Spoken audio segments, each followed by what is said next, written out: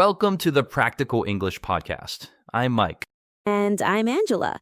It's great to have you with us today for another episode. It really is. Today we're diving into a topic that's a huge part of everyday conversation, but can be really tricky for English learners. It's personal, it's universal, And it's full of idioms and specific phrases. We are, of course, talking about love, dating, and relationships. That's right. Whether you're single, in a relationship, or it's complicated, you'll need the right words to talk about it. And that's our goal today, to help you build confidence and sound more natural when you discuss these topics. We'll go over essential vocabulary for every stage of a relationship. We'll also have authentic dialogue examples where you can hear how native speakers use these phrases in a real back and forth. And we'll finish with shadowing exercises to help you practice your pronunciation, rhythm, and fluency. It's going to be a packed episode. It is. So relax, get ready to practice, and let's learn how to talk about relationships like a native speaker. Okay, let's start with the absolute basics. How do you answer the question, are you seeing anyone, or what's your relationship status? Right, a very common question, especially when you're getting to know someone. The simplest answer is, I'm single. This means you are not in a romantic relationship. It's a very clear and standard term. Let's have our listeners practice that. Repeat after me, I'm single. Okay, what's next? If you're going on dates with someone, but it's not yet an official relationship, you could say, we're dating. Yeah, or I'm dating someone. For example, I'm not single. I'm dating someone I met a few weeks ago. Another very common and slightly more casual phrase is, I'm seeing someone. Seeing someone. That sounds a bit less formal than dating, doesn't it? It can, yeah. It often implies you're in the early stages, maybe you're not exclusive yet. It's a little more ambiguous. That's a good point. Let's practice those. First, we're dating. And now, I'm seeing someone. Great. Now, once it becomes more official and you've both agreed you are a couple, you'd say, I'm in a relationship. That's a very clear phrase. No ambiguity there. You're officially together. Exactly. I can't make it on Saturday. I have plans with my boyfriend. We're in a relationship now. Let's repeat it. I'm in a relationship. And after that, for many people, come the more serious commitments. Right. The next step is getting engaged. So you would say, we're engaged, which means you've officially promised to marry each other. You would call your partner your fiancé or fiancée. And after the wedding, it's simple. We're married. Let's practice those two big ones. First, we're engaged. And we're married. And of course, sometimes relationships don't fit neatly into these boxes. For that, there's the classic, it's complicated. Yes. Famous from social media, but also very real. It's for when your relationship status is difficult to define or has some problem. It's a perfect way to say, I don't want to talk about it without being rude. Exactly. Let's practice. It's complicated. So, a quick recap of the main statuses: single, dating, seeing someone, in a relationship, engaged, married, and it's complicated. All right, now that we know how to describe our status, let's talk about attraction and connection. How do you talk about the kind of person you like, Angela? Great question. A very common way to say this is to talk about your type. Your type is the kind of person you are typically attracted to, usually based on looks or personality. So you could say he's totally my type. Or if someone asks, what's your type? You could answer, my type is someone who is funny and kind. Exactly. Let's have our listeners repeat that key phrase, he's my type, or the opposite, she's not my type. Okay, so what about that exciting initial feeling of attraction? In English, a great informal phrase for this is to have a crush on someone. Right. A crush is a strong but often temporary feeling of attraction. It's like you can't stop thinking about them. And it's often a secret. You might tell your close friends, I have a huge crush on my coworker, but you wouldn't tell the coworker directly. Definitely not. Let's practice. Repeat, I have a crush on her. Now, when that crush develops into something deeper and more serious, you might fall for someone. This means to start falling in love. I love that phrase, fall for someone. It suggests it's something that happens to you, something you can't control. Yeah, it sounds very romantic and natural. For example, I never expected it, but I fell for him really fast. Let's practice that. Okay, everyone, repeat, I fell for her. So, what makes you fall for someone? A key ingredient is chemistry. Chemistry. And this isn't science class chemistry, right, Mike? Not at all. In relationships, chemistry is that natural, easy connection you feel with someone. The conversation just flows. You laugh at the same things. You just click. Yeah, it's an effortless connection. You can say the date was okay, but there was just no chemistry. Or the opposite, we have amazing chemistry. Let's practice the positive one. Repeat, we have great chemistry. And if that chemistry is really, really special, you might have found your soulmate. Ooh, the soulmate. A very romantic idea.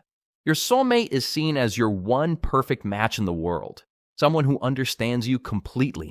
It's a very strong word, so you'd only use it when you're very serious. After all these years, I know he's my soulmate. A beautiful thought. Okay, last one for this section. A very useful and neutral term for your partner is significant other. I like this one because it's so versatile. It works whether you're dating, engaged, or married. It's also inclusive of all genders and relationship types. Exactly. You might hear it in a more formal context, like, please bring your significant other to the company dinner. Let's practice that term. Repeat, my significant other. Perfect. So we've got my type, have a crush, fall for someone, chemistry, soulmate, and significant other. A lot of great emotional vocabulary there. Okay, Mike, now let's put some of this into a real conversation. I like it. Let's do it. What's the scenario? Let's imagine you want to ask a friend for advice. You have a crush on someone at your gym and you want to ask them out on a date. Okay, I can do that. So you'll be my friend Angela, and I'll ask for your advice. Sounds good. Let's show our listeners what a natural conversation might sound like. Hey, Angela, can I get your opinion on something? Of course, Mike. What's up? Well, there's this person at my gym, and I think I kind of have a crush on them. Ooh, okay. Tell me more. Do you know their name? Yeah, her name's Chloe. We've talked a few times. We seem to have good chemistry, you know? The conversation is always easy. That's a great sign. So what's the problem? I want to ask her out, but I'm a bit nervous. I don't know what to say. I don't want to make it awkward. I totally get that. My advice is to keep it casual. Don't put too much pressure on it. Right, so what should I say? Next time you're talking, you could just say something like, hey, I really enjoy talking to you. Would you be interested in grabbing a coffee sometime? Grabbing a coffee sometime? That sounds pretty low pressure. I like it. Exactly. It's friendly and casual.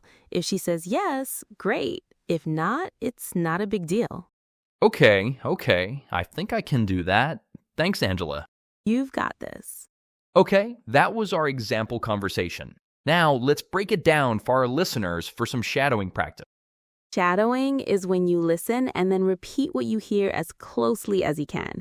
It's fantastic for improving your pronunciation and rhythm.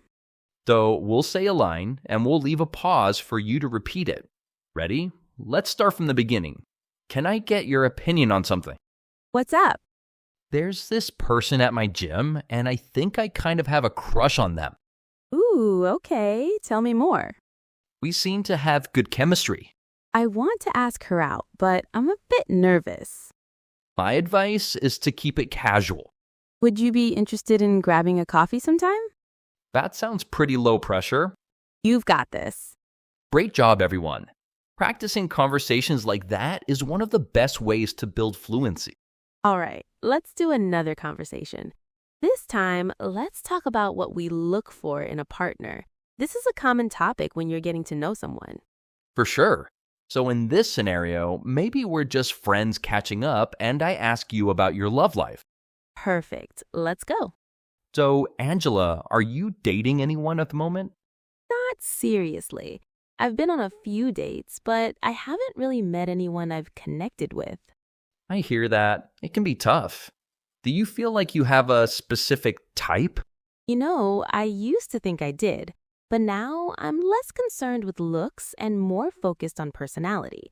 For me, the most important thing is a sense of humor. Laughter's important. It really is. I need someone I can be silly with and someone who is kind and supportive. That's non-negotiable. What about you? What do you look for?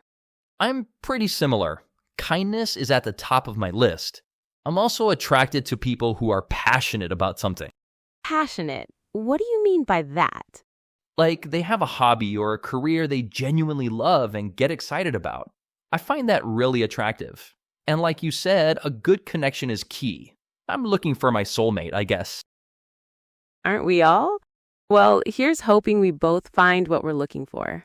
Okay, great conversation. Now it's your turn to practice, listeners. We'll break it down for shadowing again. And after some of the lines, we'll ask you a question so you can pause the podcast and try to answer it yourself using the vocabulary we've learned. Ready? Let's begin. Are you dating anyone at the moment? I haven't really met anyone I've connected with.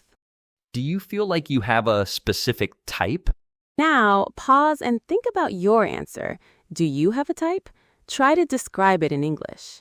For me, the most important thing is a sense of humor. What about you? What do you look for? Okay, another chance to practice. Pause here and answer the question. What do you look for in a partner? I am attracted to people who are passionate about something. I find that really attractive. And like you said, a good connection is key. I'm looking for my soulmate, I guess. Aren't we all? Well, here's hoping we both find what we're looking for. Okay, great conversation. Remember, the goal is to express your own ideas naturally. It doesn't have to be perfect. Okay, for our next vocabulary section, let's talk about how relationships progress and sometimes how they end. Right. These are really important phrases to know. So when a couple starts dating and things are going well, they might decide to get serious. This means their relationship is becoming deeper and more committed. They see a future together. Let's practice that. They're starting to get serious. A big step in getting serious is often to move in together. Which is exactly what it sounds like. They start living in the same house or apartment. Repeat after us. We're going to move in together. And of course, the classic next step for many is marriage. The moment of proposal is often called popping the question. Popping the question.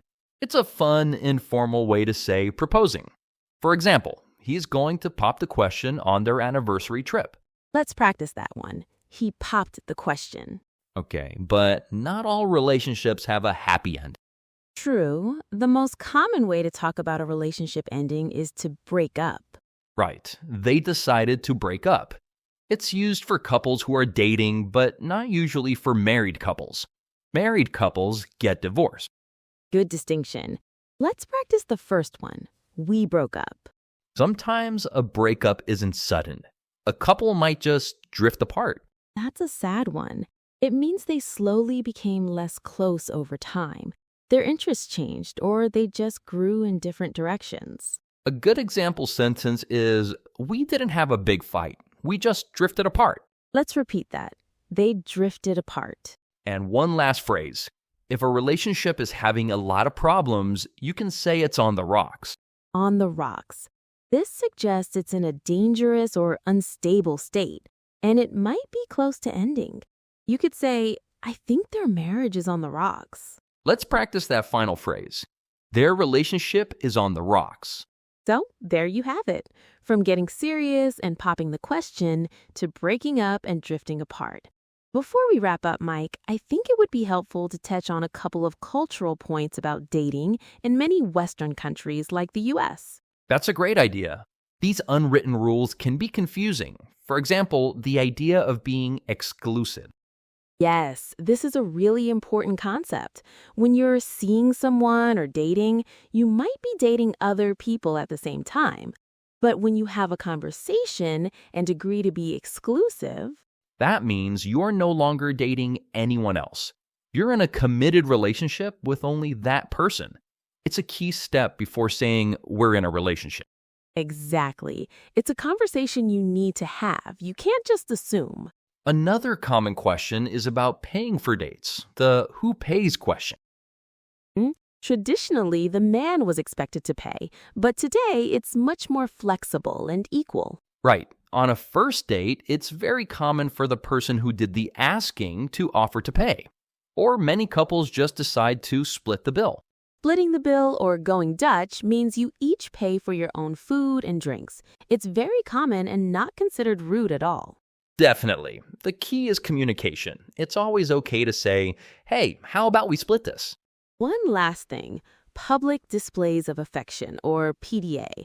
Things like holding hands, hugging, or a quick kiss in public. In the US and many similar cultures, this is generally very normal and accepted.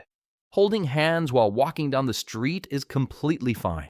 Of course, it depends on the situation. You wouldn't be overly affectionate in a very formal or professional setting, but in a park, in the movies, or just out and about, it's very common. These are great points. Culture plays a big role in relationships, and it's always good to be aware of the local customs. And that brings us to the end of our episode. We covered a lot of ground today. We really did. We started with the basics of relationship status, moved on to vocabulary for attraction and connection, and even talked about the later stages of relationships. The most important thing now is for you to practice. Try to use some of these phrases this week. Maybe describe your favorite celebrity couple or talk about the characters in a movie you're watching. That's a great idea. And remember the practice tips. Repeat the phrases out loud, shadow the conversations, and try to talk about your own experiences. Great conversations create great connections. Absolutely. The more you practice speaking about these real-life topics, the more confident and fluent you'll become. Thanks so much for listening to the Practical English Podcast. I'm Angela. And I'm Mike. We'll talk to you in the next one.